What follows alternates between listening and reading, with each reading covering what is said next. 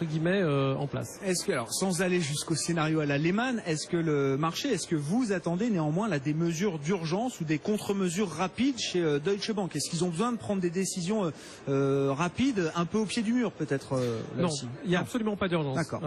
Aujourd'hui, On les a vus vendre là une unité d'assurance au Royaume-Uni. On s'est dit oula, on a l'impression qu'ils vendent un peu comme ça tous les actifs pour essayer de rassurer tout le monde. Mais c'est pas la situation actuelle. non.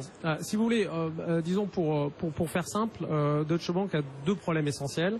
Un problème de restructuration qui effectivement coûte de l'argent parce qu'ils ont tardé à le faire, et aussi un problème de contentieux. Deutsche Bank a énormément de contentieux et des grands contentieux de place. Alors on le sait. Ils ont 7-8 000 litiges en cours, c'est ça? Alors c'est ce qu'on dit, c'est un chiffre qui est totalement invérifiable en réalité. Mais par contre, ce qu'on sait, ce qui est vérifiable, c'est qu'ils sont dans tous les grands contentieux de place et ceux qui sont liés à leurs anciens métiers de banque d'investissement. Et là, on est capable de chiffrer le coût, ou en tout cas d'estimer le coût potentiel, puisqu'il y a il y a des amendes qui sont publiques. On a des méthodes, notamment aux États-Unis, c'est très très transparent. Donc, vous pouvez évaluer assez précisément le risque. Et globalement, aujourd'hui, ils ont 5,8 milliards de provisions pour litige. Et en réalité, ce sera probablement pas suffisant. Il va leur manquer 2-3 milliards. Voilà. Alors, comment est-ce qu'ils peuvent faire pour je dirais combler ces manques de provisions? Bien sûr. Ils ont trois options très simples. Ils peuvent gagner de l'argent, ça les en gagne un peu, donc ça va, ça fera le boulot entre guillemets partiellement. Ils peuvent céder des actifs, c'est ce qu'ils sont en train de faire. Donc ils vendent une participation de 20% qu'ils ont dans une banque chinoise. Ils prévoient de vendre Deutsche Postbank.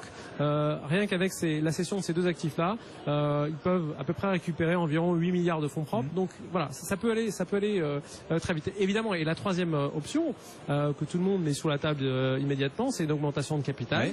Alors pour être tout à fait clair, Deutsche Bank aura besoin d'une augmentation de capital d'ici à 2018 parce que ils ont la joie et le bonheur de faire partie du groupe de banques systémiques. Oui, très systémique. Voilà. Oui. Et quand on est une banque systémique, eh bien le régulateur vous impose encore plus de fonds propres. Donc de toute façon, ils vont pas y couper. Ils devront ajouter à peu près disons 2% de fonds propres complémentaires d'ici à 2018. Donc ils vont y venir quoi qu'il arrive.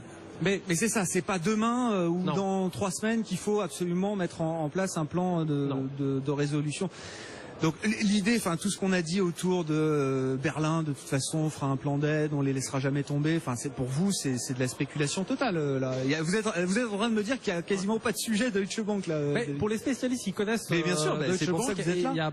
Il y a pas vraiment de sujet et nous on est négatifs sur l'action Deutsche Bank. Ah voilà, c'est ça. Est-ce que c'est un cas d'investissement intéressant du coup, puisque tout le monde